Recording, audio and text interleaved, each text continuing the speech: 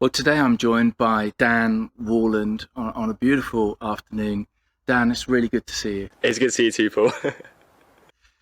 Dan, you are local to the area in Dorchester, but I haven't seen you around for about a year, so just tell us where you've been. So I've been studying chemistry at the University of Southampton for the last year, which has been really, really good fun. I've enjoyed doing all the sort of labs and things. It's been a great time. And now you're home for the summer? Yeah, so been home for the summer. It's good fun seeing the family again. At times it can be a little bit interesting, but yeah, really enjoying it. So Dan, perhaps you'd like to just tell us a little bit about your faith. So I've always been in a Christian family, which has been really, really good in some ways. You know, always went to Sunday school and things, learned a lot about God from a young age. But one of the things I really struggled with in my faith was trying to make the connection between sort of all those stories that you learn about and then actually hitting you. You learn all the textbook answers to all the questions. Jesus is normally the answer in Sunday school. But it was only really at sort of fleet camps when I started going there that it really hit me that, you know, all of this stuff was real and it was important. And that's when I sort of properly became a Christian. So Dan, you mentioned there fleet camp, and I understand you've been doing fleet camp this week. Yeah, so Fleet Camp's been online this week, which has had its challenges, but it's also had its upsides. It's really good being able to sort of film things in advance. You get lots of time to do all the takes and things, and you can get lots of fancy props in. But it has been a shame not being able to sort of see the kids in person and really get to know them. So Dan, apart from when you're doing fleet camp or at university studying, just in your spare time, what sort of things do you enjoy doing?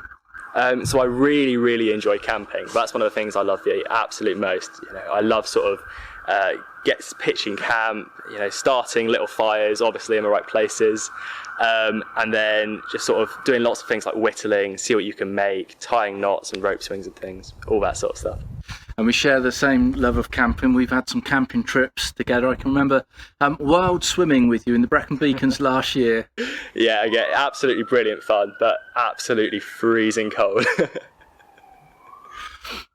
So, Dan, you're home at the moment. You probably would normally be working this summer, which at the moment you're not because of COVID. But I'm wondering what other ways has COVID affected you? So I'm fortunate enough to have not been affected directly by the virus, which has been a real blessing.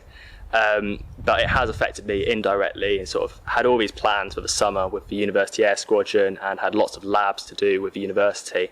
And that's all kind of been thrown up in the air. University of Southampton's really still quite unclear as to whether we're going to be actually going back in person in September. So it's all a lot of confusion at the moment, really.